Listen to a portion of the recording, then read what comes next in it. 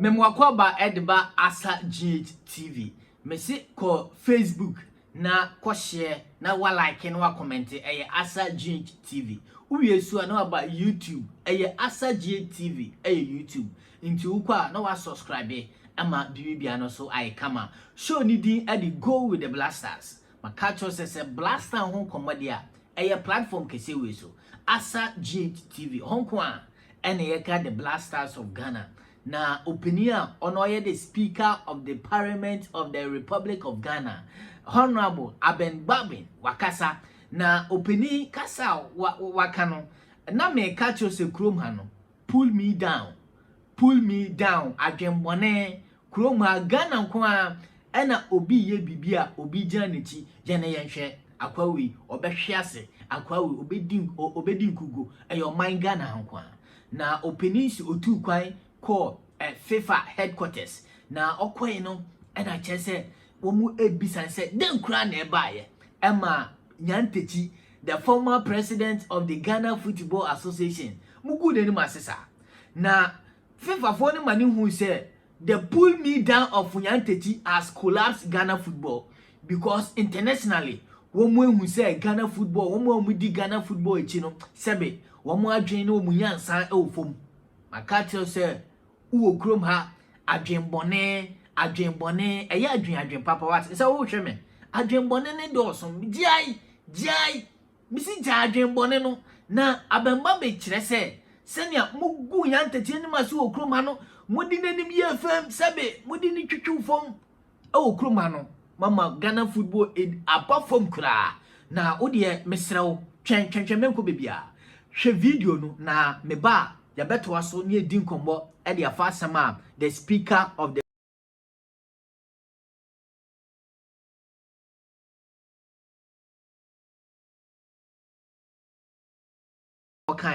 that it was a dynamic addition.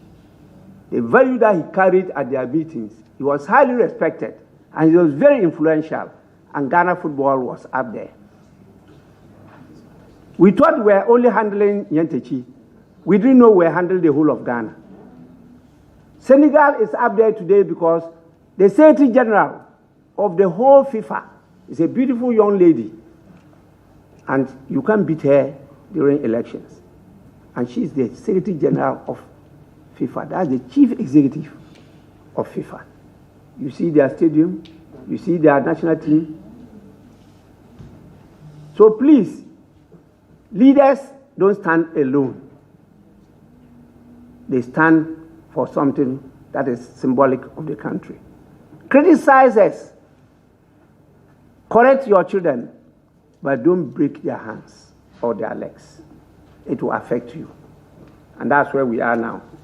And people are calling for you either build or destroy.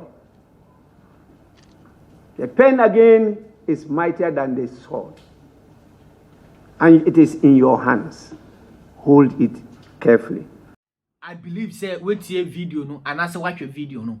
We ni asema opinion e kan ti makacho say adwenbone eboman adwenbone ebokuro adwenbone esai bibibia nti wo krom ha dwen adwenpa and ma destroy Nyantakyi I destroy the Ghana football ti we na opinion no okan ya yeso yedi hunkomo ewo Asa GH TV so makacho say ko Facebook Asa GH TV Facebook na uwie so na de pa ni say YouTube okwa na wa go subscribe the go with the blasters ye can blaster ho nkomo nkwa ewo Asa GH TV na the former captain of the senior soccer team the Blasters of Ghana, the general captain Asamoah Gyan na unim se enche ye na Ghana yetumi qualify na ye de call World Cup na ya qualify na within 1 week asembe ni na odi hwe video no me pese mekesa mesre wada hwe video no na wo hwe mesi a me ba ye bedi video no nkomo Echo!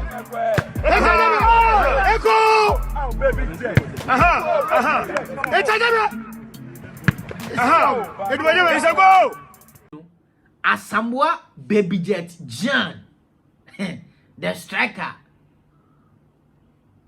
most goal scorer, the whole Ghana player, watch 51 goals, and Abrantene Ashase, na oje training hwe na say na omode bo ne to one wabo. Oh my god, na amanfo say na Abranti osan ba bioma na Ghana for yesan yi Asamoah Gyan because senia all balls no dey say go post ni ma yesan yi na asam sebe ti makacho say go with the Blasters one sam go with the Blasters of Ghana hon kombo na yedu into ko YouTube na ko subscribe uya waba Facebook wabe like no wa comment na yedi the Blasters of Ghana hon kombo na unim se enche ye na Ghana Blaster qualify na ye qualify wie no asembe ni na group ayakwakotom no mini ase weni rade na odi hwe group no na me ba ya betoa so hwe group no ma me group no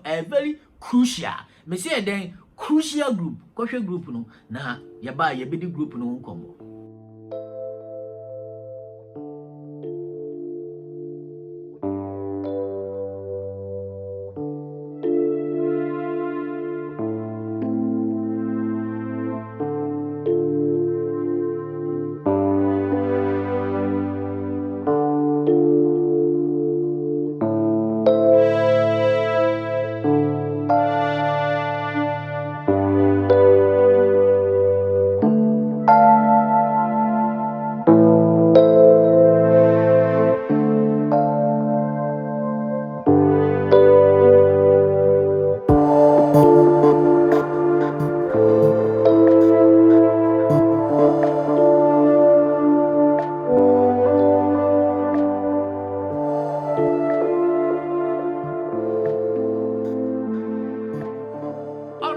Yahwe group no group H for house na enyasem ketwa Ghana ye be de ni omaya ni de Portugal group H for house Portugal, Ghana, Uruguay and South Korea na Ghana yakwakoto sa group no na Ghana for bi kasa say na group ayakoto mi ye betumi akọ enima na because ye last World Cup ayeko ye 2014 ya match ni Portugal na ebo ye okay 2010 Uruguay quarter finals woman no money ye film Asamoah Gyan so amanfo ka say ye group ye betumi afema na but I believe say bibia no ebe fine enti ko Asamoah TV na ko share na ko like na ko comment on Facebook na uyesu a na chese wako YouTube na wako subscribe na subscribe pe Blaster information yi na no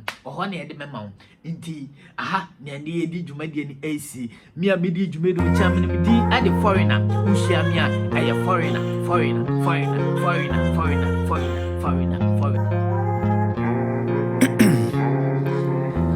in my veins, I've been driving this train. Years in this lane, there's no stopping this flame. Cause I came to the game and I changed it to play how I like, rearranged it to my own domain. Yeah, I got what it takes, made lots of mistakes, taking shots, skipping breaks, feeling lost, feeling great, popping off, singing straight, never change.